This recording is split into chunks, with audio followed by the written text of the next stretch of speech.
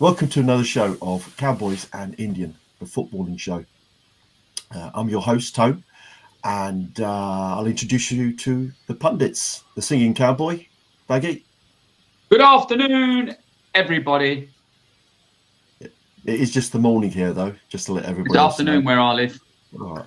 Okay, all right. And Stuart the Hammer Valentine, how you doing, Stu? Fine, thanks. Good morning, Hello, good afternoon, good evening, wherever you may be. Good. And today we've got a special guest, good friend of mine, the Fox in the Box, Jamie Harrison, the Leicester fan. How you doing, Jamie? Morning, guys. Thanks for inviting me. You're welcome. Hi, Jamie. Hi, Jamie. Thank you for being on, mate. Really appreciate it. So, just to kick off, like we do with whenever we get a guest on, how did you? Oh, by the way, let me just apologise to you, Jamie, and the viewers, because I got a feeling it's going to be one of those shows. Yeah, there's too much energy already. But how did you become a Leicester City fan? Very similar to the chap you had on the West Ham show you did. You're sort of born into the city you live in, the club you support, and it goes from there. And I've got very similar experiences to probably all of you guys. My dad took me down when I was about 3 years old. When I was a bit older, I was very lucky to get a members card, and my dad's friend, he had a son the same age as me. We went to school together, and we literally went to every home game. And we were in the front of the members stand, shoved to the front of the standing area, next to the first aid people, because it was a little bit less lively around there. And sort of hooked from there. As I got a bit older, I actually worked for Leicester City for a couple of years selling scratch cards and just getting on my bike and going around the local villages selling scratch cards to people.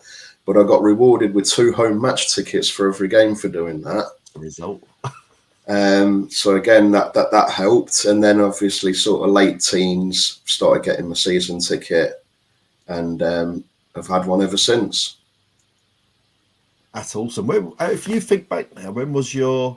Because I know 3 years old, mate. I can't remember. Yeah, no, I can't remember that. I'll be honest. When was your earliest? Can you remember one of your early games? The earliest memories I sort of have, in terms of specific games, it's difficult. But the earliest memories I had was we're a very yo-yo club, as you guys are probably very aware of through our history. We've been up and down, up and down. I actually started going with the memories I've got through the rocky times. We had David Pleat as manager.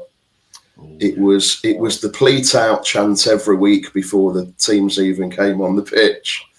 It was not, there was 12,000 fans there a week if we were doing well. It was not the greatest times to start going, but I just still loved it. I loved going in the pub before the game. I loved just like walking through the old turnstiles, the smell of the alcohol, the cigarette smoke, the dirty meat pies, and everything that goes with being at the football. The football wasn't great, but I just loved the whole thing that was going on. Yeah, you see, when you mentioned pies, Stuart smiled as soon as you mentioned pies. It just mirrors everything, the same sort of thing that we went through. It wasn't great football, but it was the memories and, like you say, the food, everything. Yeah, that's what. The thing is, there was passion around me. Now, it might not have been directed very well when I first started going, but there was a lot of passion there. It was noisy. We've got 3 times that many fans going to most home games now, but it's not like that. It's not the same sort of atmosphere. We're a morgue. You just go to London Stadium, it's a morgue there. Do you know the worst pies ever were the meat and potato at Man United? They tasted like wallpaper paste. They got to be the worst pies I've ever tasted. Now, how do you know what wallpaper paste tastes like? Exactly what I was The reason I'm smothered in grout, because my friend is very not patient enough. What's the prices of the tickets up there at the moment, Jamie, and the season tickets at the moment? So you see, this is something I was discussing earlier. Actually, I'm sort of what you call a legacy season ticket holder. Mine is pretty competitive pricing. Mine's probably near as damn it £450 a year, 19 Premier League home games. Not too bad. But because I think you guys went through this experience where you can sell your ticket back to the club because it's all electronic now. It's hard to pass it around to your mates and let somebody else go through a game if you can't make it. If I sell it back, they'll try and sell my seat for anything between £45 and £60 a match. Cheap. Are you sold out, Jamie, every game? Yeah, we've actually got. We actually need a slightly bigger stadium at the minute. We've got waiting lists for season tickets and a lot of members that want to obviously go to the naturally bigger games. Yeah. Wow.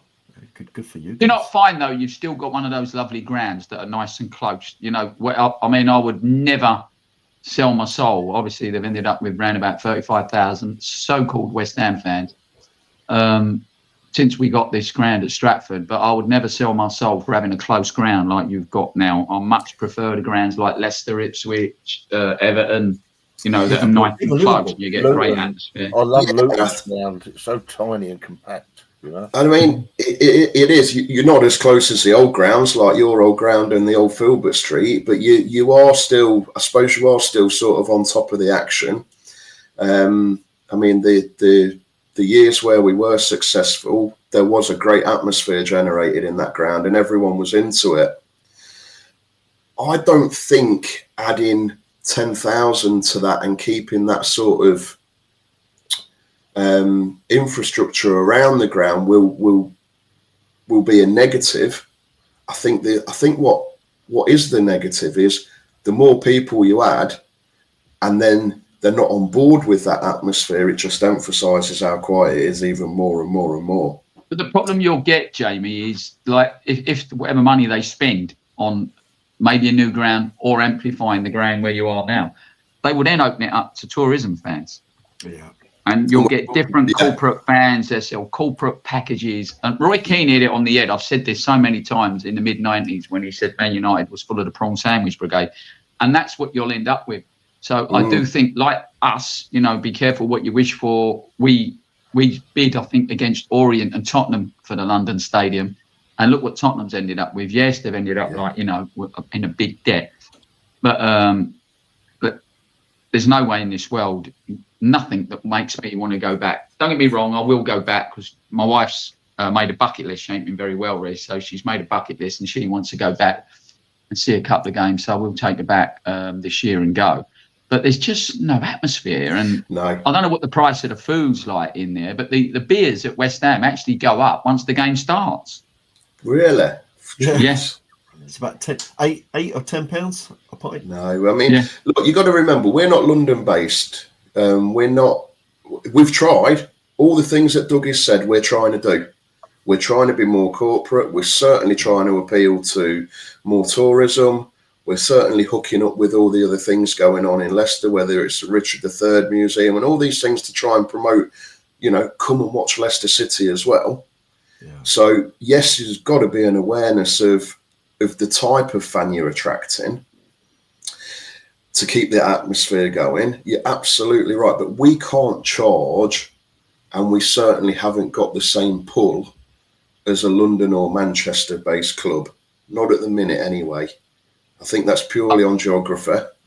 Are there concessions for pensioners and children? Because Man United have just lost that completely. They've just added 26 quid to every single ticket, which brings, if you work it out, it's around about 1.25 a game, I think, million it brings in. But there's no concessions for children, no concessions for pensioners. It's gone from £40 to £66, and that's it.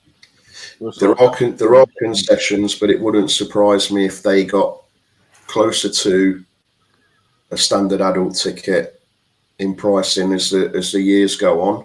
They're already changing slightly. I mean, I think we split our games, I'm sure you guys do, into like cats in terms of A, B, and C, depending on who you're playing.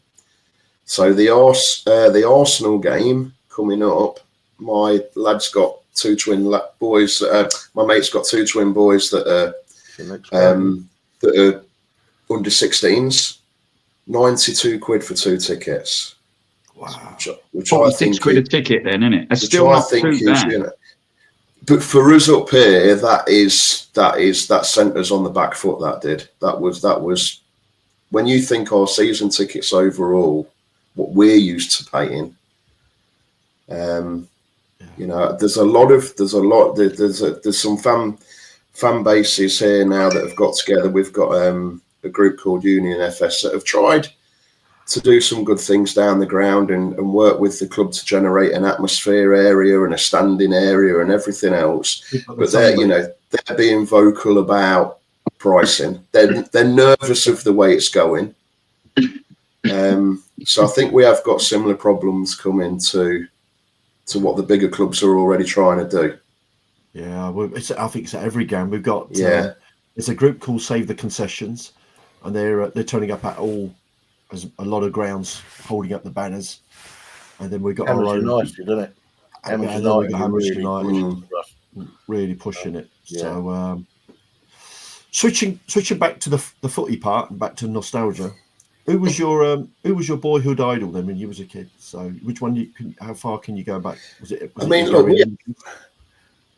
In all the chaos and all the what I'd call the darker years, we still had some sprinkle of decent players. Oh, yeah. I mean, Gary McAllister was a lovely player. He was probably one of the first ones I sort of remember when I was more aware of the technical side of football and how it worked. And really good player. Obviously, as we progressed, and I was sort of like mid to late teens, and O'Neill came in and got us going a bit. We had a bunch of grinders there, but again we had that little sprinkle. We had the Muzzy Izzets, we had the Emil Heskes, we had that little sprinkle in there. But I must admit, going back to when I was younger, Muzzy Izzet was probably the standout man. Do you meet him? Yeah, I have. I've met him a couple of times. I thought so. Yeah, and he still lives in Leicestershire. Yeah. Oh, right. But he was a sort of, he typified Leicester. He sort of came from Chelsea, where he was not really ever given the chance to shine, and he had to roll his sleeves up. He had to go somewhere else and prove himself. He had to prove everybody else wrong, and I think that just sort of typifies the Leicester way as well, I suppose. But yeah, really good player. Do you remember any of those players, Duggy? Yeah, I do. I mean, I always remember Eske used to have, wasn't his middle name Ivano? I remember right. Yeah, it could be something like that. Yeah. But I go back, my Leicester memories really. I keep saying it when you're a kid, like you look at certain players. Going back to my who was sold for a record price, you had a good right back called David Nish. Yeah, who went for a club record. Literally a record throughout the league at the time. The Ice Pay play, he went for 225,000, and that was a league record at the time. We was talking about in '79 when Boris paid $1 million, but he was a great player for me.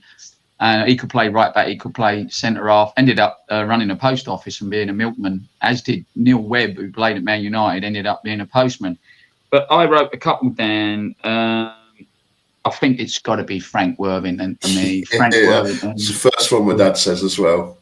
He just was, if you can just imagine someone that had it all. He had the looks, he had the flair, he was brilliant. I mean, he weren't playing for Leicester when he scored this goal, but I mean, I'll send you it later. I think he was playing for either Derby or Ipswich, but it's just on the penalty area and the ball comes to him and they're dropping and he flips it up and goes 1-2, flicks it over his head, and then puts the ball into the right-hand side of the goal. Absolutely great goal. You nearly sold him to Liverpool, but when he went for the medical, he had high blood pressure. So Shankly was the Liverpool manager at the time, and he said, "Look, I want you to go to Mallorca, we'll pay. Go and just rest and drink water." And while he was in Mallorca. He slept with 5 different women, including Miss Great Britain, got drunk every night, and when he'd come back, his blood pressure was even higher. Yeah. So people didn't sign it. That's just like sitting listening to my dad. Brilliant. That is, yeah. I mean, just a quick one on Frankie Worthington. The local club that I was playing for, I must have been about late teens, Syston Town. Frank Worthington was actually playing manager, I think, of Hinckley. And they actually drawn our club in the cup. I wasn't playing; it was the first team. It was the older team that were playing them. But my dad was insistent that we went down and watched him play. And he came on for about 20 minutes, and very similar to the goal you've just described. Someone half clears a header. We're on this local park, just the local village from where I live now. He takes it on his thigh and he volleys it in the top corner. And I thought my dad was going on the pitch. He was celebrating. He was going absolutely wappy on this local park because his hero had just scored this goal, and he must have been very late 40s then. And it was just brilliant. He just looked. He had that look, didn't it? He had like this is called Cowboys and Indians. This channel, and he had like a big old gringo moustache and the long black hair. He was a real. And of course, Shilton played in goal for you. I mean, we've had some great keepers. Holds the record caps for England. I think 125. I think he got. And when who was in charge? I can't think who was in charge. But one England. I think it was Robson. No, before Rob. It was before Robson. And he alternated Ray Clements and Shilton, so you can imagine how many caps. But he was useless at penalties, Shilton. And whenever England got to a shootout, you just hoped that they'd change the keeper before the end. I think in his career, he faced 100 penalties and saved 1. Really? And I did not know that. He wouldn't move. He always let them kick the ball first and never moved. I mean, you've got to take the chance, left or right, or stay in the middle, wouldn't you? Which he didn't do. There you go. That's him there, isn't it? Yeah. Worthington, Yeah. Good looking lad, mate. Good looking. He died of dementia a few years back now. Did he? Sad to hear. But featuring in one of our Hard Men episodes because he didn't mind getting stuck in. They all didn't, did they? They had to, didn't they? Yeah, we were talking the other day, Jamie, the old days. Yeah, these like George Best and Norman. It was the other Norman Hunter. Yeah, and these guys, they'd get absolutely smashed the night before, play football, kick daylights out of each other, and just carry on. We're now rolling around, we debate about this. Oh, they're all athletes now. Where previously they were just got boys that hadn't grown up, just having a laugh. Absolutely. And why not? It was a working class sport back then. That's that's going back to the thing we talked about earlier on the fans. Working class club, working class fans. Yeah. That's when it worked. Yeah, absolutely. Now there is one player that I remember who played for you guys because he played for us as well, which was Tony Cottee. Yeah, I'd actually made a note to mention him because he's obviously a hero at both clubs. Yeah, we loved him when he came down here. He was at the end of his career, but he still performed. He was absolutely brilliant. Yeah, talks good on his pro. Tony Cottee was a really good on his pro. Yeah. He still talks about Leicester, his time at Leicester, because I think he won a cup with you guys as well, didn't he? Yeah, that's right. Yeah, won the League Cup. Yeah. He used to. It was part of our duo. We had a dynamic duo, Cottee and McAvenny. He never trained. Frankie McAvenny wasn't trained at all. When they went out on the runs, he would jump on a bus or jump on a milk float. Him and Mark Ward never trained at all. As did I'm trying to think who was the back who had a problem with his knees at Man United? Paul McGrath. Paul McGrath could never train. He went on to Villa, didn't he? And but he never trained. Used to get drunk with Whiteside and Robson, and then play on a Saturday. Just could not train because of his knees. Ended up with Eddie King. He was another one that couldn't train in the end. Julian Dix never trained. He refused to train. He used to say, I'm a footballer. I want to kick the ball about. I'm not running and jogging and doing all that. I'm just going to kick a ball. And he refused to do the training. I think everything changed with Wenger. When Wenger came in, Wenger changed football, didn't he? Yeah. And a lot of the other clubs started following. So he was a real good thing for diet, nutrition, and stopping them going out. It was a good thing when he came in, Wenger. Now, one of the questions that Duggy and Stuart had that they wanted to ask you is obviously because we don't know what that feeling is, but what was it like? What was it like winning the Premiership? It's I mean, look, Tone, you know the job that I used to do with yourself, where we were lucky enough to travel around and meet people from many different areas and even different countries, and you get asked that a lot. And it's easy to say, oh, it was brilliant, it was the greatest time of my life, and obviously it was, but it was really weird at the same time. I'm going to try and explain it to you guys. I'm not trying to dumb it down at all either. If I take you back to the year before, and a lot of people don't sort of remember this if they're not fully into Leicester, is we were nearly gone. We were nearly relegated. We had the great escape. I think we won 7 out of the last 9 games or something absolutely crazy. Something just clicked. Nigel Pearson was in charge. We were all on board with Nigel overall as a fan base. He'd done wonders to settle us after our relegation to League One, get us up eventually into the Premier League after a couple of stints in charge. The momentum going out of that season was absolutely fantastic. The fans were buzzing. We really thought we were going to have a good season the next season under Nigel Pearson. Then everyone went on tour to Thailand, all the players, all the youth players and everybody, which is obviously where the owners are from. And something kicked off out there with a couple of the younger players, including Nigel Pearson's lad. And I don't know what went on behind the scenes, but short version of a long story, they ended up having to sack Nigel as well. Right. So we were down in the doldrums going into the start of the season, and obviously Ranieri, although good stock and a well-respected name in football overall, was not going through a great time. I think he'd just been sacked from like an international job after losing a silly game to, like, I don't know if it was the Faroe Islands. I apologise if it wasn't. And I think Gary Lineker famously wrote, Claudio who? And like that was the reaction from the majority of the fan base, like, oh my God, this guy's not going to be very good for us. And obviously we started with the same momentum that Pearson had left the season before. We had an absolute gem in terms of we'd signed Kante, who was an unknown, but just worked and was absolutely amazing. And then like Mahrez had already just started hitting the ground running and so on. And we carried that momentum through. And as the season went on, it was literally the cliche of game by game, game by game, game by game. And people were starting to whisper to each other. And people I see who are friends of mine, but not necessarily Leicester fans, are like, you've got a hell of a chance here. You've got a really good side. Yeah. As we approached the end of the season, it was actually making me feel poorly. It was making me. It was apart from obviously work and the family, it was just always on my mind, and it was making me feel ill. I was getting really nervous before each game.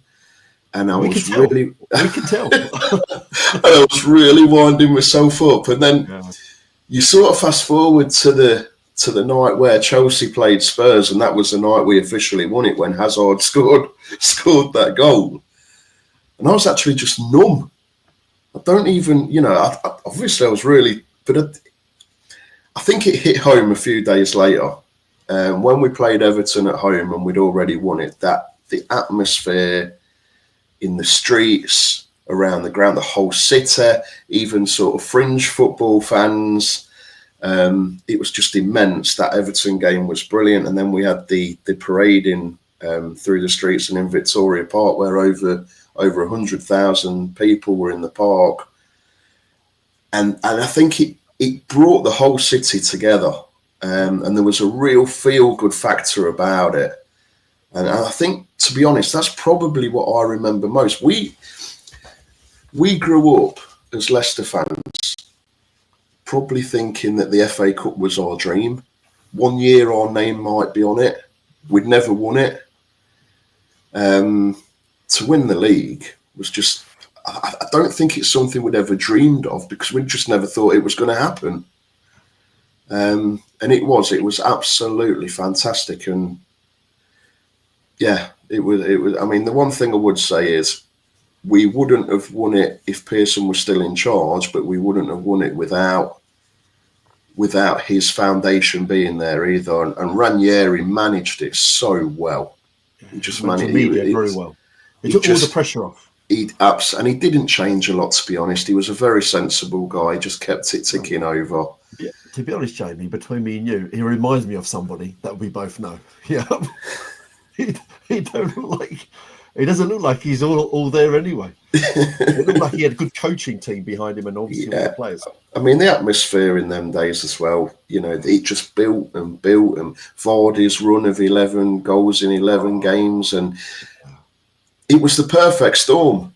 I don't know how it happened. I don't know why it happened, but it was just and obviously the big clubs were all seemed to be going through transition at the same time. Yeah. And I mean, you guys had a great team that season as well. Really good set of players. I mean, it's just not the Leicester fans. All the neutrals loved it. Yeah, we loved it. Duggy, Stu, I'm sure you guys.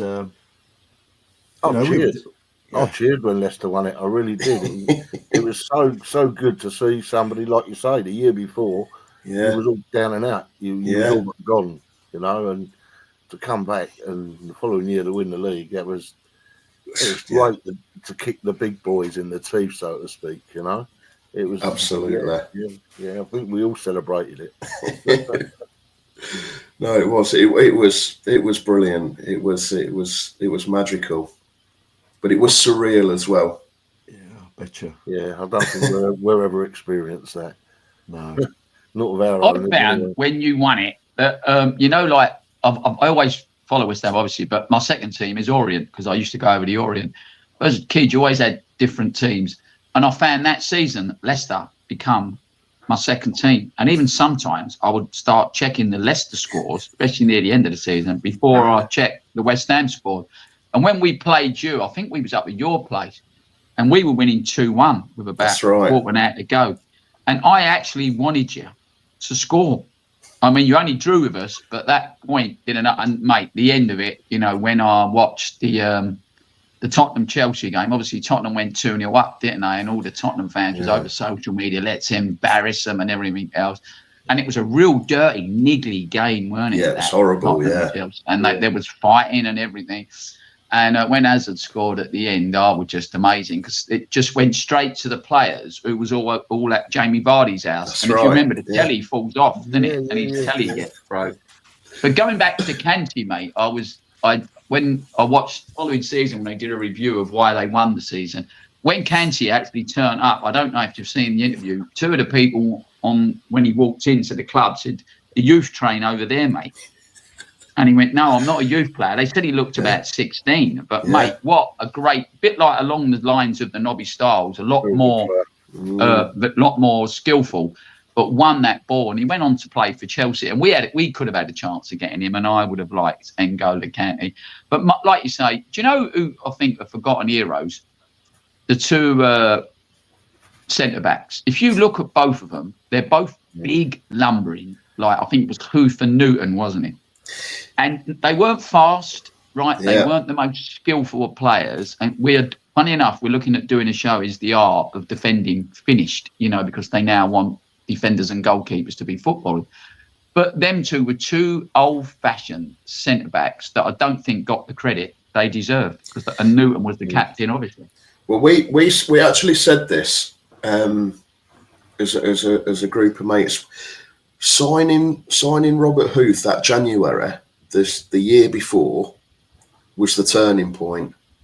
And whatever happened after that, we came in and Morgan was a good lad, but they were obviously struggling. You couldn't fault the effort. But when we signed Huth, that was the turning point.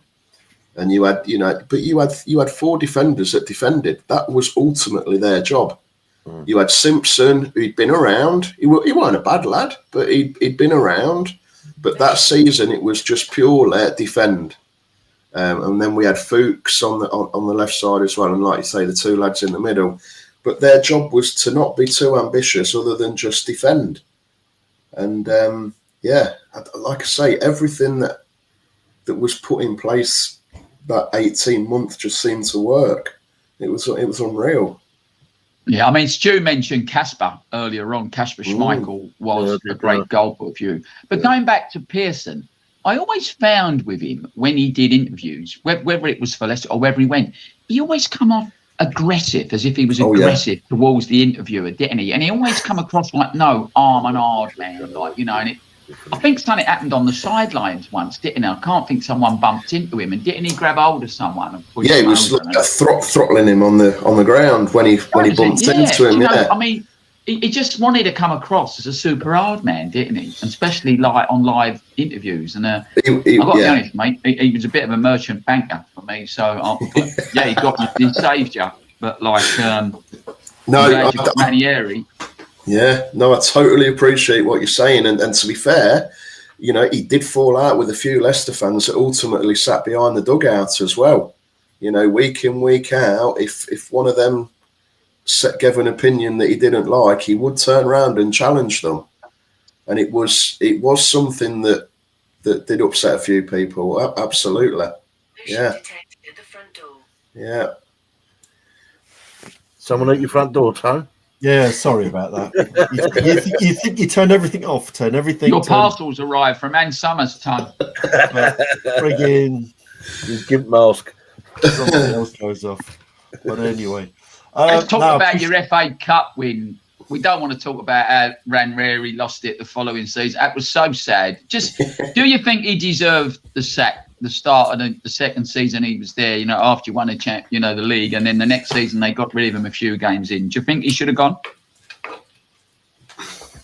In a nutshell, I don't think anybody wanted to sack him, and I'll probably include the owners in that decision. But it had to happen. I think we were drifting, and I think we were verging on being an absolute disaster in terms of win the league one year and get relegated the next. I think the recruitment that summer after we won it was really poor. That's got to be on him. That was a chance wasted. And we were drifting, and this is where he started tinkering.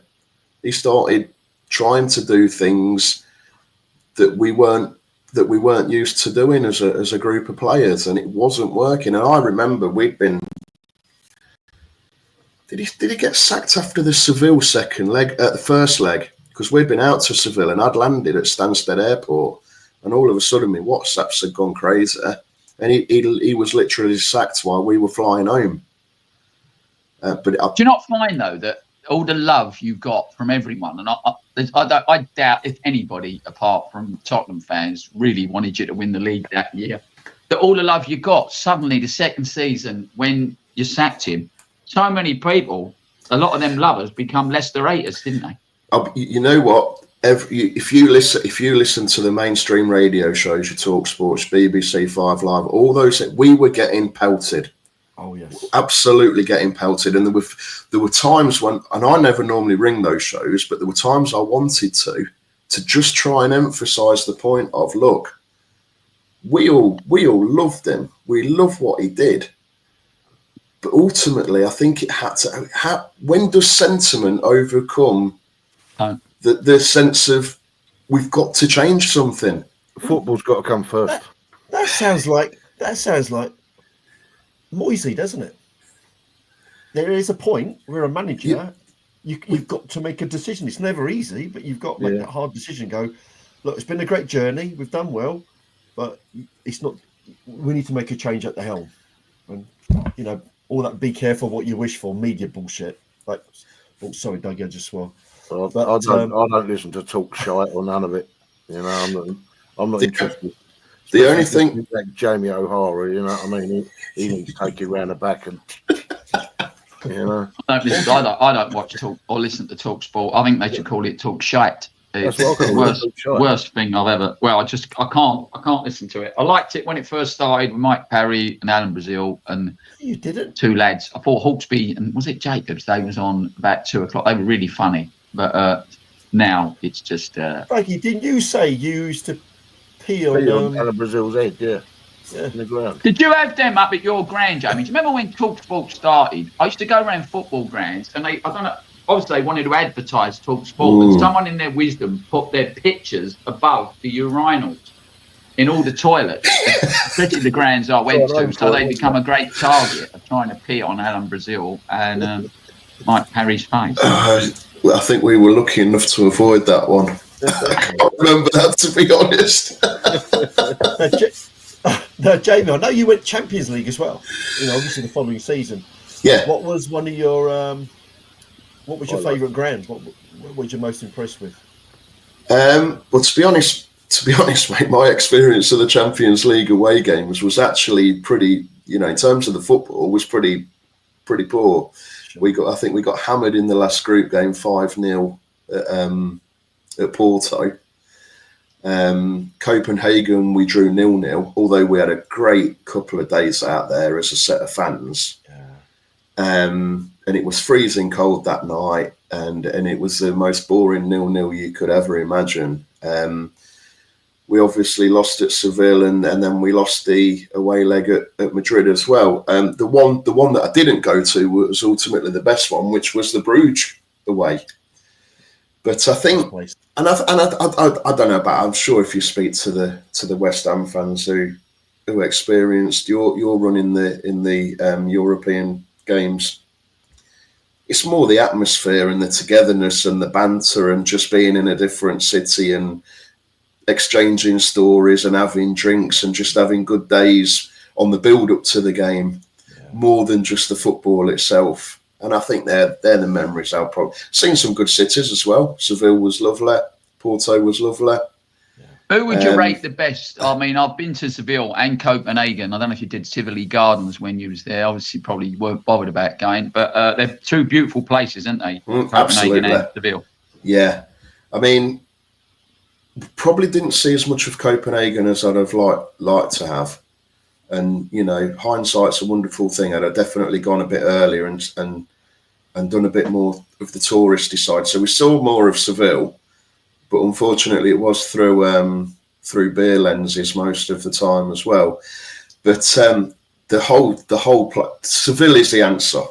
Beautiful place. Yeah. That oldie worldy, just sitting in the streets drinking, and nice, just really lovely place. Yeah. I bet you, Jamie, there was a big price difference between the beer in Copenhagen and Seville. Yeah, there was. We got in one of the pubs. We've got a really early flight out on the day of the game. Got in one of the pubs literally like 11:15 in the morning. There weren't many Leicester fans there at that point in time. My mate ordered 4 pints of Guinness and came back and he went, "We're not drinking Guinness anymore, lads. We're on the local beers." He was white as a sheet. About 10 quid a pint, 10 quid for a half. They call it a canya. It was frightening.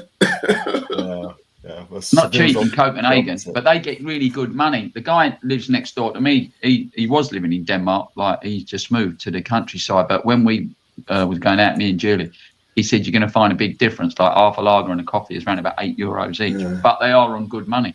I found that in Norway when I was in Norway. Yeah. They come here, the Norwegians, for the summer. The campsites are packed now, and I think their average pension is around about $5,000 a month. So in Norway, that's not great money. I've got a guy here now who lives in Herne first, but over here they can live like kings on $5,000 a month. Yeah. They all come here for the winter. Yeah, I bet. So moving on to the present day, obviously Leicester's not having a great season. No. You're in that bottom three at the moment, and as Duggy said earlier on, you're only a couple of points away from safety there. Where do you think it's gone wrong? Because I know you spoke offline, me and you did, Jamie, and I think you got a good idea. Well, look, actually we were playing West Ham. Obviously, the night of the helicopter disaster. We just finished. I think we drew 1-1 with you boys that night, and obviously by the time I got home, it was all over the news. The original owner was was the hard-nosed businessman. He was the guy who created his empire out in Thailand and built it up. His son, who's now in charge of the club, I wouldn't say he was. It's hard to use the words, but probably not as. Talking about the Ranieri sacking, you've got to make that ruthless decision. You've got to decide what you're doing and go with it. Yeah. Whereas I don't think the current guy probably does that. He's obviously got a lot of things on his mind, but ultimately, put that to one side. We just won the league. We'd obviously got good stocks in terms of players, fans, attraction as a football club, etc., etc. And we probably tried to do too much too quick. We changed direction from the model where we'd sell one big player every summer. You know, whether it was the Kante, the Maguire, the Mahrez, whoever it was, we'd sell one every summer, one big one every summer would fund the next mini rebuild, and it was working really well. We also changed that model in terms of the manager, and we went for a real big name who obviously cost a lot of money in terms of Brendan Rodgers, and we wanted to push on to that next level. And two things didn't really help, and obviously it didn't help anybody, was COVID, and the other one was, instead of finishing fourth, we finished fifth twice in a row. And I think by that time, combined with the events going on off the pitch in terms of PSR and everything else, we got caught out. We ended up in a bit of a pickle in terms of the year we got relegated a couple of years ago. We should have sacked Brendan, but we probably couldn't afford to sack him. We let wonderful players of our modern time disappear for nothing, like the Tillemans of the world. Yeah. We didn't get any money for them because we decided we were going to have a gamble and try and rub shoulders with the top ends of the table and go for the Champions League again, and we just missed out. So you've got all that combined with some really poor decision making, obviously, on the business side, and we've been paying for it ever since. I think we're in the last 6 transfer windows in the Premier League, we're by far the lowest spenders, and we're still in trouble now. We've got so much, and I suppose the other thing as well, great at the time, we've got a training ground that Real Madrid would be proud of. Oh, amazing. But amazing. That money's got to have come from somewhere as well. Yeah. And again, that's what ultimately we tried to do all these things in one go very quickly, build on that momentum, and it just didn't quite work. And we're in a right pickle now. I found that Brendan Rodgers was like a narcissistic character, wasn't he? He wasn't aggressive like Pearson, but a friend of mine went to do some work at his house. He says, and as you went through the door, there was like, 6 to 8 foot tall picture of himself on the wall, so every day his kids and his wife and whoever walked in, there was this giant picture of himself, and apparently if he was chocolate, he'd eat himself. That's a bit like Pardew. Come across a bit like that. It was all about him. I like managers where it's all about, I said this, I need managers a bit like Potter is now. I think it's all about the team and it's not about the manager, No, you're right. You're right. I think a lot of Leicester fans, although they appreciate ultimately what he did, we had some good seasons under him, won the FA Cup. But he I don't think anyone would totally have warmed to him. And there was a lot of things he said and a lot of things he did, and I think he sums up the modern manager. There's a life cycle at clubs. They can't stay for that longevity. Their message eventually wears thin on that group of players, and the fans listening to it, and everyone else around the club, and ultimately they move on again. Yeah, you're right. It's just 2-year cycles now. Yes. In it. Yeah. But Do you think Ruud van Nistelrooy? I mean, would you think of him as a manager? He's got enough to see if he can just. He came from nowhere, didn't he? Look, we'd obviously found the golden goose in Enzo. He worked out really well for us to get us promoted back to the Premier League last year. The players were obviously just so wowed by his training methods, and it sounded like going to work every day for them was an absolute pleasure. So we were in a hole when Chelsea came and whipped him away, although, you know, it wasn't unexpected. We had the points deduction hovering over us. I think everybody thought we were going to start on at least -6 points. So that, again, made the list of potential managers even shorter. I think Potter was probably even one of the guys who said, not for me at the minute.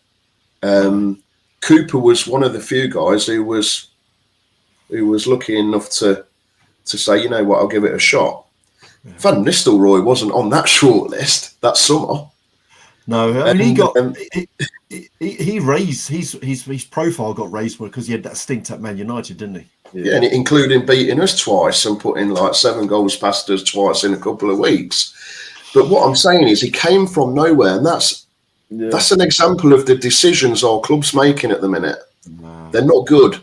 Yeah, but he played them 4 or 5 games for Man United, didn't he? And he did quite well. When you consider what happened with Ten Hag, it just was a disaster for me. Ten Hag, listen, I'm not going to talk about Man United. One question I got for you, Jamie, we've kept you long enough. Was Tielemans' goal a wonder goal in the FA Cup final? Oh, yes. And and you know what? As a moment in time, that was up there with with winning the league, probably better. As a pure impulsive reaction to celebrating, because the league was a build-up. That one instant was brilliant, and I was so lucky to be there when that hit the back of the net. That was brilliant. Yeah. Come back to and that again. Like I said it earlier, as a Leicester fan, we grew up wanting to win the FA Cup. That was the holy grail. And me too. To see that win the FA Cup than win the league, mate. Yeah, it was brilliant. It was absolutely brilliant. Loved it. Now, lastly, mate, just to close the show, you played a bit of football yourself, didn't you? Yeah, many years ago, my friend. Many years ago. Did you play for Leicester and then move on? Yeah, so ultimately trained a lot with the Leicester Academy when I was very younger. We went on tour and played a couple of games. There was a chap who approached us from Villa as well and says, why don't you come training down with us? So I spent a couple of half terms down there training with them and meeting the first team players. Well, really good, because in them days, the first team players were each given somebody like myself to mentor for the week. So I had Steve Staunton. Oh, great Steve Staunton. Yeah, good lad. Likes his beans on toast. But so great experiences. Didn't play too many games for either, really, but a lot of training, a lot of trials, a lot of back and forth, and everything else. And then ultimately, the same as most things, you don't appreciate at that point in time, especially when you're a young 14, 15, 16-year-old lad, how important it is to knuckle down and appreciate the chance you've been given. And fell by the wayside when it comes to sort of 16-year-olds and being offered YTS contracts and all those things that there were at the time, and drifted a little bit, played a bit of local football after that. But good experiences. What advice would you give if there was a young chap watching the show now? What advice would you give to the youth today? I mean, it's so hard when you're talking to young kids, but you've got to appreciate the there and now and give it your best every time. And I'll be honest with you, one of the coaches said to us, you're on the first step of a very, very long ladder. And if you want to get to the top of that ladder, you've got to work very hard. And to be honest, no, I don't think I really listened to that. I wish I had. Was I ever good enough? Probably not. Could have played a bit of lower league football, possibly. But even then, I'd have had to be lucky. But you've got to be lucky. You've got to work hard. Yeah, it's so hard saying that to youngsters, especially with the distractions that young teenagers have when they're growing up and becoming young men. So money now, don't they? Gotcha. Jamie, listen, is there any chance at some point your dad would like to come on? Oh, you beauty. He might do. I can ask him. Well, you keep in touch with Tony and you see if he would like to come on and talk about Leicester in the 70s. Would be really nice to hear. Okay. You can both come on at the same time. Well, I've probably talked way too much for you guys today anyway. Mate, done it. This has been my favourite show because it's been amazing to listen to you and you've really explained a lot of things of the feelings we're never ever going to feel, although we did come third once. And it's been amazing and really, really have enjoyed this, mate. Thank you for coming on, James. Apart from you guys winning the league, we've got so much in common, the club. Yeah. I agree. I mean, you've got a much bigger fan base than us overall, but there's a lot of similarities in our history, isn't there? There's a lot of, absolutely. Yeah. Guys, as we're getting older, you see I've gone missing a couple of times. I have sort of started having trouble with my pipes of peace. Do you guys have trouble as you get older and need to keep going to the toilet a bit quicker, or is it just me? No, I'm up and down all night, mate, so you're not the only one. I'm going to have to get tenor ladies next time we do this. Once the show's over, Duggy, we'll have to call the nurse back. I'm trying to hold it for an hour. I've got certain bits clamped in between my hands at the moment. Nurse Julie. Yeah. So just as Duggy said, there's the email address at the bottom. If anyone up and down the leagues would like to jump on the show, drop us an email. I'd also love to get someone from any of the other YouTube shows. And Jamie, again, as Juggy and Stu said, thank you very much. Really, I appreciate it, guys. I've known you for a while, and your passion for Leicester is unquestionable. So, when I've spoken to you, building up to when you won the Premiership and afterwards, you could see it when you go through when you describe what the games, and hopefully. We've got our fingers crossed, as Stuart said, got a lot in common with Leicester. We'd like Leicester to stay in the Premiership. Yeah, definitely. Jamie, if you'd have made it, you'd have been rubbing shoulders with Ronaldo and Rooney, and you wouldn't have met Tony. Come on, Hang on. Jay, am I right, Jamie? You still play football, don't you? You still play football today? Still try twice a week. Yeah. It's probably walking football now, but I don't realise it. No. Well, just to wrap up, so thank you once again, Jamie. Really appreciate you coming on. Duggy's going to piss himself, so we need to let him go. Got something to do it in. All right. So and Stuart, would you like to take us out? But thank everyone for tuning on the show. Appreciate it. I certainly will. Nice meeting you, Jamie. Well, take care, stay safe, and stay lucky, everyone. Right, nurse, someone come and get Duggy. Go on.